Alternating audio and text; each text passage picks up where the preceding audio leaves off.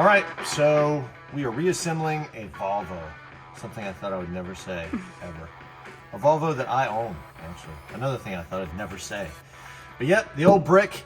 So this is proof that when you're having a few cocktails with your friend and you find a car on Facebook Marketplace that says it's rust-free, and then you call the person who's selling a car and they go, oh yeah, not a speck of rust on it, just don't do it. Just don't do it. It's a bad idea. So months later, where do I start? So there's a little patch right here, and what was happening was water was coming out of these guys, which is rear heat, because I've checked all the other places where water could leak. So there's one patch that we've got seam sealed. Here's the other area, which was a nightmare.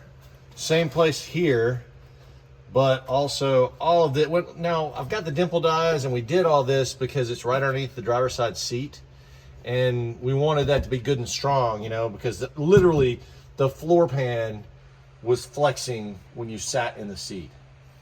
No rust at all up front, but back here, and we had to replace the seatbelt too, but now we feel like it's all safe. We've seam sealed the underside. I'm probably not going to seam seal the top side of this one just because I like the way the dimple dyes look and everything. But yeah, so I mean, now we've got new wheels and tires, which we'll do another video on, which I think is pretty creative. For you Volvo people, it's a cheap alternative from having to buy like a custom set of wheels. And we've got a custom dash going in, and that all has to do with the heater assembly, which actually I believe led to this rust problem.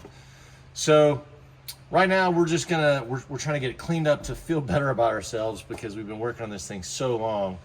I mean, months we put into it. So we're gonna put the back carpet in. Lexi has everything cleaned back here on the back seat. We've got our front seats recovered. So we're just gonna do some basic reassembly to make ourselves feel good.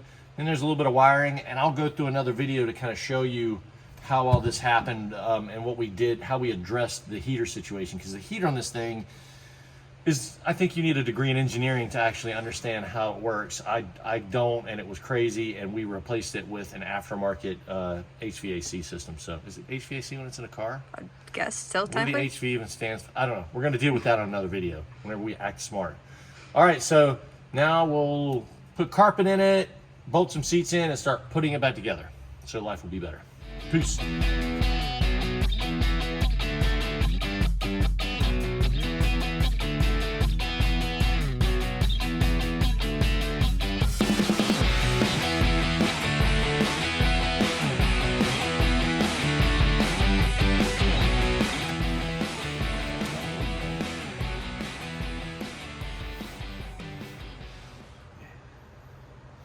All right, let's go get the stuff we need to finish.